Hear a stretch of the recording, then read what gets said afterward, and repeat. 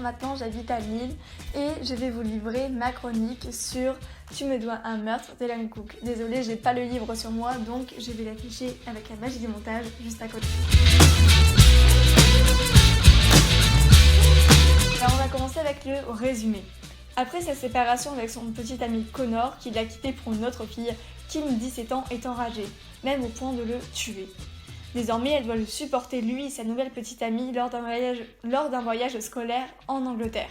Lors du trajet en avion, elle fait connaissance avec Nikki, la sympathique jeune fille assise à côté d'elle. Elle se confie alors à elle, lui explique à quel point elle souhaite la mort de son ex. Amusée, Nikki se propose de débarrasser Kim de son ex, en échange de quoi Kim la débarrasserait de son insupportable mère. En gros, c'est le crime parfait. Une fois arrivée à Londres, Kim elle oublie Nikki, elle oublie un petit peu la conversation qu'elle a eue avec elle, jusqu'à ce que Connor il meure en tombant sur les rails depuis un quai de métro. C'est un accident, un suicide ou un meurtre. D'autant plus qu'une note déposée à l'hôtel rappelle Kim à ses promesses qu'elle a faites dans la vie. Comment dire que je suis extrêmement déçue, je m'attendais à mieux. Mais on va partir sur quelques points positifs. Alors déjà, le livre est assez court, la plume elle est agréable à lire, l'intrigue elle est quand même bien menée, on s'interroge souvent sur ce qui va se passer. Mais maintenant, passons à la véritable critique, aux gros points négatifs de ce livre. Déjà, j'ai pas du tout réussi à m'attacher aux personnages, que ce soit le personnage principal ou les personnages secondaires. J'ai eu beaucoup de mal à cerner Kim, donc le personnage principal.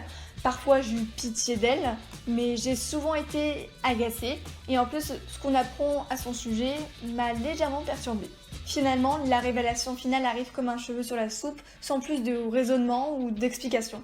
Kim, elle trouve la supercherie.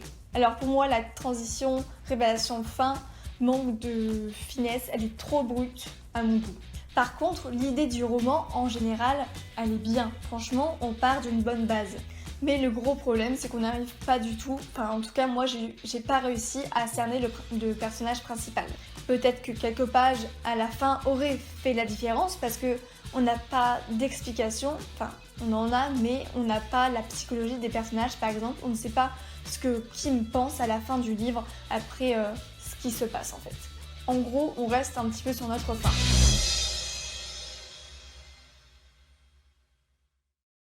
Par contre, ça ne m'a pas empêché d'être indulgente par rapport à la note. J'ai mis une note de 3 sur 5 et j'espère que vous allez, si vous le lisez un jour, vous allez beaucoup plus apprécier.